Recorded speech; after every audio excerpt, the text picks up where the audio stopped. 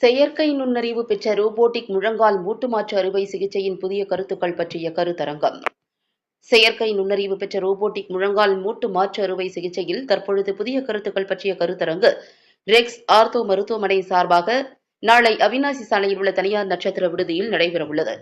இந்த கருத்தரங்கில் 300க்கும் மேற்பட்ட பிரசித்தி பெற்ற எலும்பியல் அறுவை சிகிச்சை நிபுணர்கள் மற்றும் ஆராய்ச்சியாளர்கள் என நாடு முழுவதும் இருந்தும் அனைத்து மாநிலங்களில் இருந்தும் கலந்து கொள்கிறார்கள்.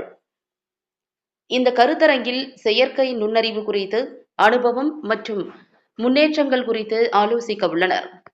மேலும் ரோபோட்டிக் அறுவை சிகிச்சை மற்றும் மூட்டு மாற்று அறுவை சிகிச்சை பற்றி வெளிநாட்டு எலும்பியல் அறுவை சிகிச்சை நிறுவனங்கள் விரிவுரையாற்றுகிறார்கள். செயற்கை நுண்ணறிவு பெற்ற ரோபோ செய்யும் முழங்கால் மூட்டு அறுவை சிகிச்சை நேரடியாக ஒளிபரப்பு செய்யப்படும். எலும்பியல் துறையில் உள்ள புதுமையான பொருட்கள் மற்றும் சேவைகள் பற்றி கண்காட்சி நடைபெறும்.